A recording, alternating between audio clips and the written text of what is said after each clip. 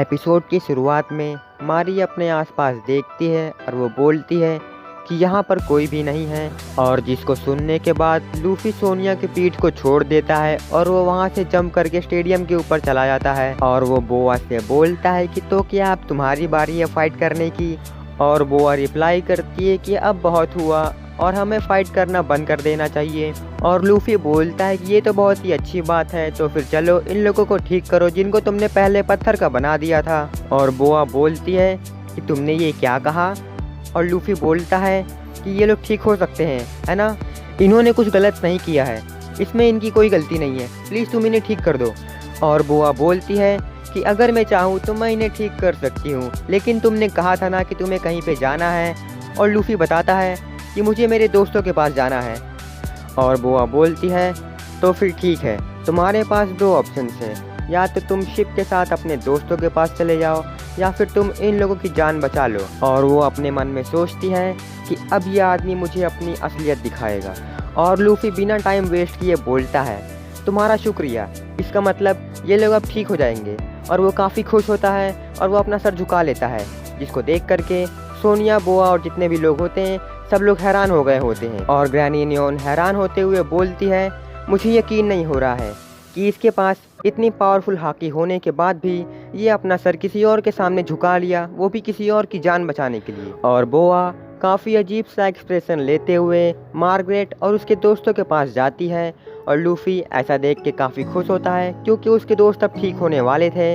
और जिसके बाद बोआ अपना हाथ को आगे करती है, लेकिन तभी हमारा सीन शिफ्ट होता है और हमें कासल के बाहर दिखाए जाते हैं, जहाँ पे वो लोग बात कर रहे होते हैं कैसे लूफी ने उन दोनों को हरा दिया। लेकिन तभी वो लोग देखते हैं कि मार्गरेट और बाकी सब वहाँ पे आ गए होते हैं। और वो लोग मार्गरेट और उसके दोस्तों को देख के बोलते हैं कि तुम लोग तो ठीक हो गए हो। लेकिन अफिलेंड्रा बोलती है कि लेकिन हमें हुआ क्या था। और वो लोग बोलते हैं कि तुम पत्थर के बन गए थे, क्या तुम्हें नहीं याद है। लेकिन तभी कूजा पायरेट के लोग बोलते हैं कि वो सब छोड़ो, पहले ये बताओ कि स्नेक प्रिंसेस कहाँ गई और उस आदमी का क्या हुआ। और वो लोग बोलते हैं कि स्नेक प्रिंसेस अपने कैसल में चली गई है और शायद वो आदमी भी उसके साथ चला गया है कैसल में। और जिसके बाद हमें कैसल का सीन दिखाया जाता है, जहाँ लूफी बोलता है क्या तुम लोग मुझे खाना खिलाने वाले हो, और वैसे यहाँ पे कौन सा खाना सबसे फेमस है, क्या वो किसी तरीके का मीट है। लेकिन सोनिया बोलती है कि मुझे तुम्हें थैंक यू बोलना चाहिए, लेकिन लूफी बोलता है मुझे खाना चाहिए ना कि तुम्हारा थैंक यू। और मारी बोलती है अगर किसी ने सोनिया की पीठ देख ली होती तो हमारा इस कंट्री में रहना मुश्किल हो जाता। और तभी बोआ लूफी को पर्दों के पीछे से बुलाती है और लूफी बोलता है कि क्या वहाँ पे खाना है, और वो अंदर जाता है और वो दुखी हो जाता है क्योंकि वहाँ पे खाना नहीं होता है। और वो बोआ से बोलता है कि तुमने कपड़े क्यों नहीं पहने हैं। बोआ बोलती है क्या तुम्हें हमेशा खाने की पड़ी रहती है। और वो अपने पीछे के बालों को हटाने लगती है,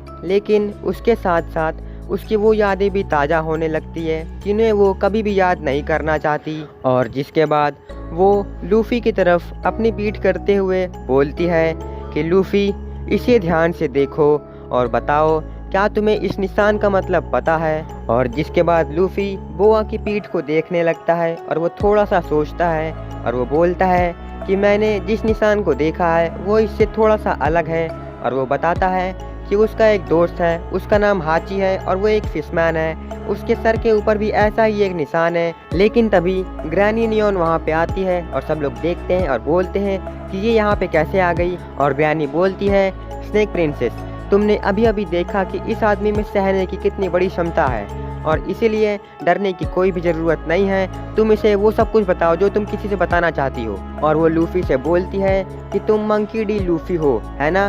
और लूफी बोलता है कि हाँ मैं ही हूँ। और वो बोलती है कि तुमने इस पूरी दुनिया में भगदड़ मचा दिया, लेकिन फिर भी तुम इतने शांत कैसे रह रहे हो। और वो बताती है कि ये न्यूज़पेपर 2 दिन पुराना है, लेकिन इसमें तुम्हारी खबर छपी हुई है। इसमें लिखा है कि तुमने सबाउरी में एक सेलेस्टियल ड्रैगन को बुरी तरीके से घायल कर दिया, जिसको सुन करके सभी लोग शॉक हो जाते हैं। और वो बोलते हैं कि तुमने सबाउरी में एक सेलेस्टियल ड्रैगन को मारा, और सबाउरी तो सेंट्रल सी में है, और तुम उसको मारने के बाद सिर्फ 2 दिन में इतनी दूर कैसे आ सकते हो, आखिर तुम हो कौन। और लूफी बताता है कि मेरे ऊपर एक आदमी ने अटैक किया, जिसके बाद मैं हवा में उड़ने लगा और उसके बाद मैं इस आइलैंड में पहुंच गया और मुझे पता नहीं कि मैं यहाँ पे कैसे आ गया। और रही बात उस सेलेस्टियल ड्रैगन की, तो मुझे उसके बारे में बिल्कुल भी बुरा नहीं लग रहा है। और जिसके बाद बोआ बोलती है तो फिर तुमने उस सेलेस्टियल ड्रैगन के ऊपर अटैक किया।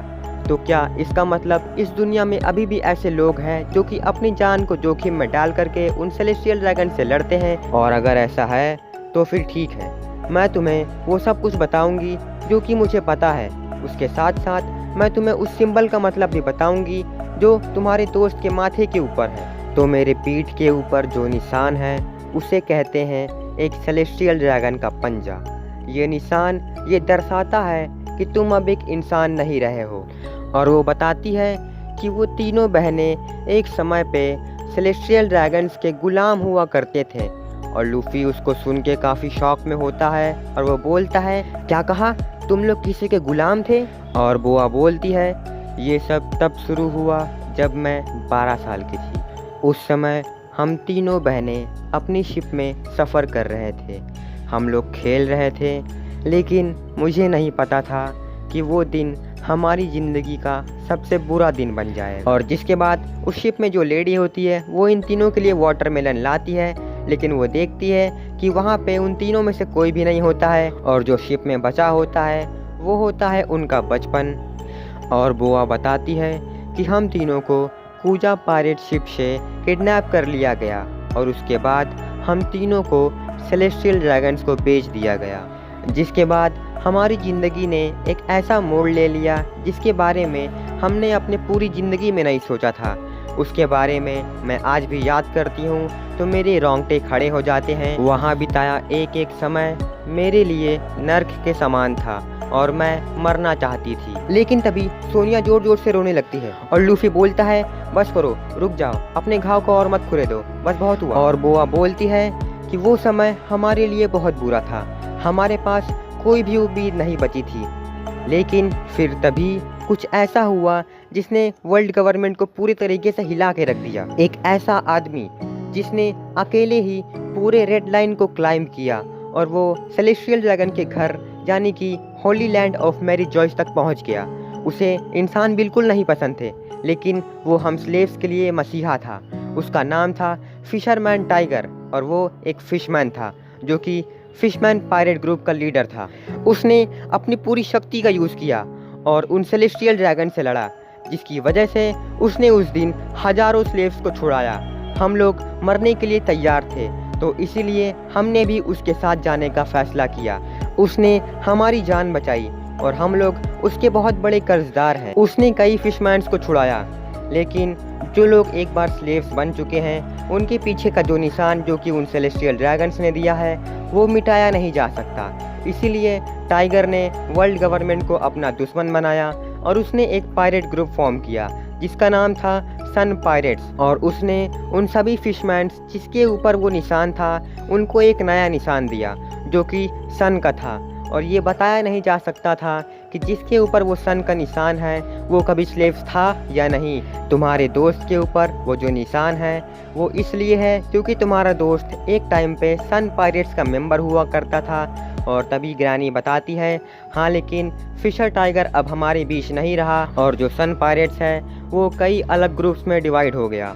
और बोआ बताती है कि हैरानी की बात तो ये है कि जब हम लोग स्लेव्स थे तो उन लोगों ने हमें अपने मज़े के लिए डेवल फ्रूट्स खिला दिया, जिसकी वजह से हमारे पास डेवल फ्रूट की पावर आ गई और हमें कर्ज का बहाना बनाना पड़ा। अगर तुम उस टाइम पे सोनिया की पीठ को नहीं छुपाते तो हमारा राज सबके सामने आ जाता और हमारा इस जगह रहना मुश्किल हो जाता। और बोआ ऐसा कहते हुए रोने लगती है और बोआ रोते हुए बोलती है कि मैं नहीं चाहती कि कोई मेरे बीते कल के बारे में जाने और इसीलिए हम लोग अपने आइलैंड में किसी को भी आने नहीं देते हैं और मैं नहीं चाहती हूँ कि कोई भी वापस से आए और हमारा फ़ायदा उठाए। और मुझे बहुत डर लगता है कि कोई मुझे उस नर्क में वापस ना लेके चला जाए। बोआ रोते हुए ऐसा बोल रही होती है, लेकिन तभी वो ग्रैनी स्माइल करती है और वो बोलती है कि मुझे तो बहुत ही खुशी हुई कि आखिरकार तुमने अपनी दिल की बात किसी को बोली। मुझे तो लगने लगा था कि हमारी स्नेक प्रिंसेस का दिल पत्थर का हो गया है, लेकिन मैं गलत थी। और बोआ बोलती है कि अपना मुंह बंद करो बुढ़िया। और जिसके बाद वो बुढ़िया बोलती है कि क्या तुम भूल गई कि जब तुम इधर उधर भाग रही थी तो तुम्हें इस कंट्री में वापस किसने लेके आया? और वो इसलिए क्योंकि मैं यहाँ से बाहर रह रही थी। तुम्हें तो मेरा शुक्रिया मानना चाहिए। लेकिन बुआ बोलती है वो तो बस एक छोटी सी मदद थी। लेकिन वो बुढ़िया बोलती है कि ऐसा कैसे हो सकता है कि वो एक छोटी सी मदद हो। और जिसके बाद बुआ लूफी से पूछती है तो क्या तुम मुझे एक गुलाम की नज़रों से देखोगे। लेकिन लूफी बोलता है लेकिन किस लिए, तुम्हें पता है ना कि मैं उस सेलेस्टियल ड्रैगन से नफरत करता हूँ। जिसको सुनने के बाद बुआ हल्का सा ब्लश करती है और वो लूफी से बोलती है कि मुझे तुम काफ़ी पसंद आए और तुमने कहा था ना कि तुम्हें अपने दोस्तों के पास जाना है, तो फिर बताओ तुम्हारे दोस्त कहाँ पे हैं, मैं तुमको लेके जाऊंगी वहाँ पे। जिसको सुन करके लूफी काफ़ी खुश होता है और बुआ वापस से ब्लश करने लगती है और हमारा एपिसोड यहीं पे ख़त्म हो जाता है।